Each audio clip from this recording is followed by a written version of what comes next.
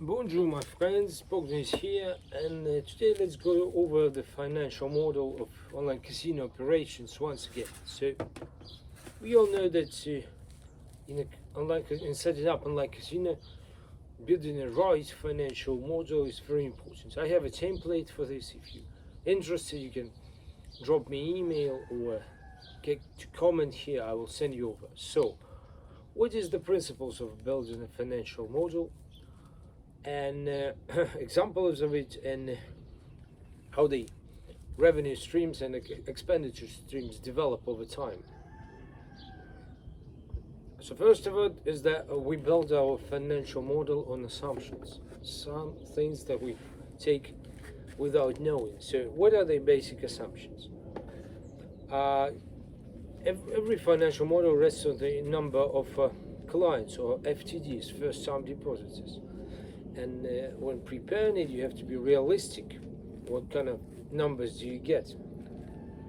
So if you put lots of, if you pretend you'll have lots of players, will skew your model into a more into a less realistic and more optimistic scenario, which is not good at all. So let's say if you're setting up a casino, it will be good if you can recruit about 10 FTDs per day. So it means per working day, for example. So it means closer to 200, 300 players per month. It's kind of realistic expectation without serious budget, but still you have to really be careful in finding your affiliate, because it's not easy thing to do. By contrast, there's a more expansionist model when you recruit at least twice of this number of affiliate size of FTD through affiliate size, but you are you're spending a lot more when you get to suggest them flat fees or sign up fees, so you get to spend on each player more. So let's take two models. One say, let's say casino night, and the other say casino day. So casino night will go on a moderate budget per cost of customer acquisition, and would recruit hopefully 300, 400 players per month. Whereas casino day, the biggest expansionist model will get up with 800 players per month, but they spend at least two and a half times more on player acquisition. So let's just consider we have these two options. And what is the next question? What is the player lifetime value? So it has to be also realistic and maybe based on assumptions and or on historical data. I advise you who want to start online casino and don't have historical data already, I advise you use the following assumption. If you go by tier 1 countries, tier 1 jurisdictions, you may think about your lifetime value closer to 600, 700, maybe a little more euros per lifetime cycle of a player, and most of the time it will be 1 year. If you go for tier 2 countries, maybe twice as low, 250, maybe 300 euros per player per lifetime.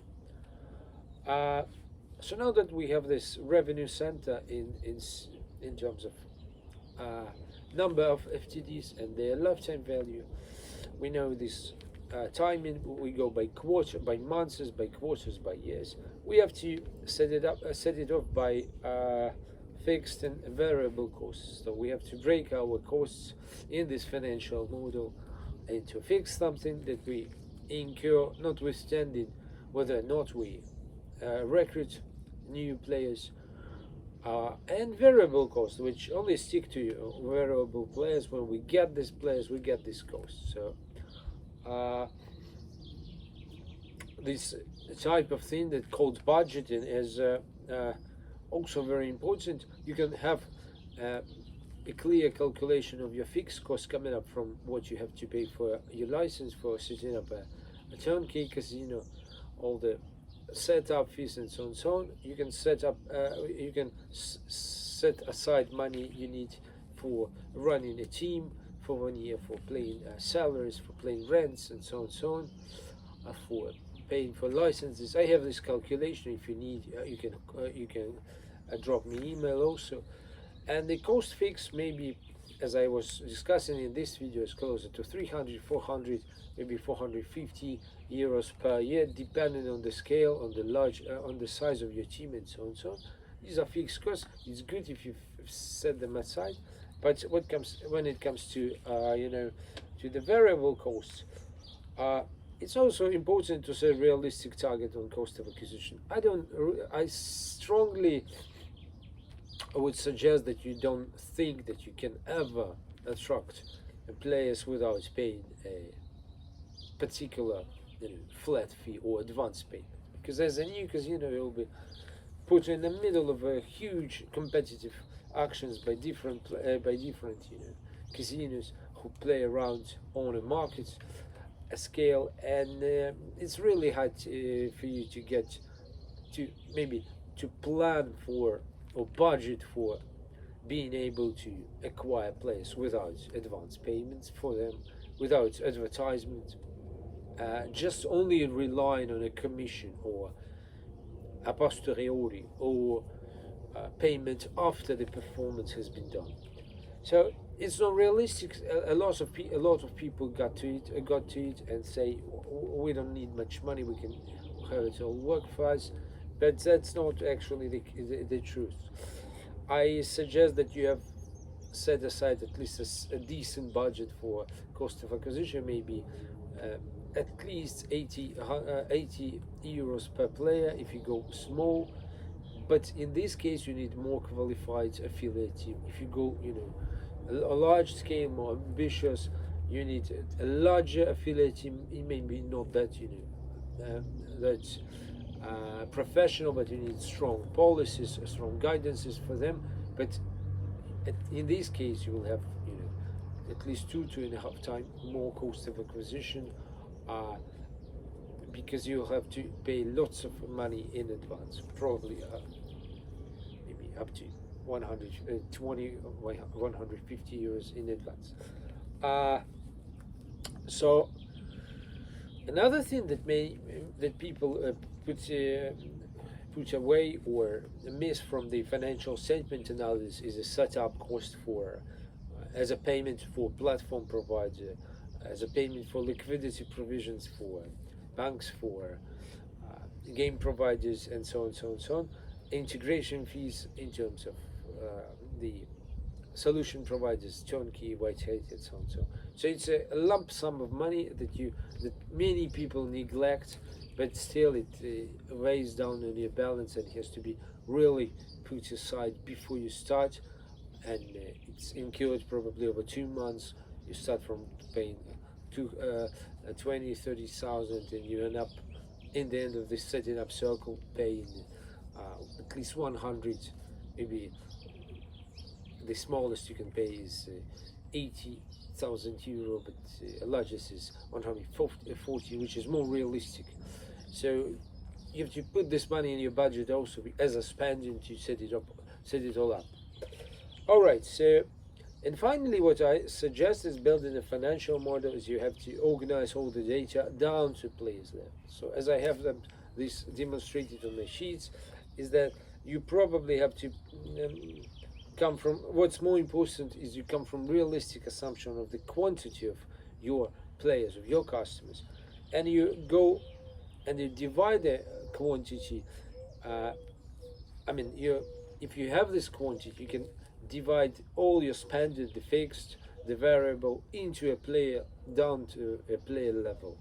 Such wise, you also would want to divide the lifetime value that you can extract from a player into quarters, evenly divided, evenly or not evenly. It's not that important, but you have to bring it down to a player level, and this is where you get to calculate it, more precisely. All right, so what numbers can you take for projection of a financial model? As I was saying, the lifetime value is about maybe 600, 700 for T1, 200, 250 up to 300 for T2. The number of players, probably 10 players per day. In the case of smaller, if it's quality affiliate team, maybe 20 players per day. In the case of larger, a bit more spending team. And you have to make provisions for churn rates, so people, your players, would die out with a pace at least 25% per quarter, and so on. So finally, let's discuss how the expenditures and revenues develop over time. So cash flow, when you talk about cash flow, you have to understand that your revenues will be double, growing by 50% quarter by quarter from the start of operation. The curve will be like this, but it will flatten on the quarter 4 and of quarter 5 afterwards. It will not actually rise before you make another step, and this is what is called scale up. So when you break even, you have to scale up your activity. So in the first period, breaking even is important, so you go by this curve, and it actually happens because during this time, quarter by quarter, your revenue share accrues. So each player will,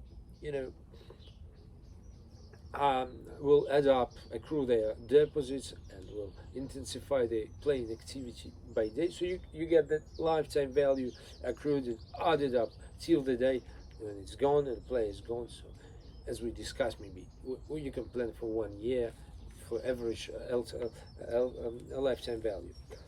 Another thing that when you look at the cost of customer acquisitions, they will also rise in the same manner, but maybe by 30% per quarter. So you get this more steep curve for your revenues and flat curve for your cash flow. And this is to say that the most important thing is breaking even. So it goes till you broke even, till you made up for the investment you made in the first periods. So as we discussed in other videos, the break-even point is normally to happen between 12 and 18 months of operation. But if you would calculate also all your setups costs, so maybe realistically between 15 and 20 months of operation. And also finally, you have to think about security provisions, making a security caution of your money, because it's really important that you will be not funding your operation from what you get, because you might not get much, especially in the very beginning, but you have the security caution. Thank you for watching. I hope it was instructive for you to be able to go over things to put in your financial model. If you need a spreadsheet or any advice on how to build it, you can drop me email or make your comments here. Thanks for watching. Bye.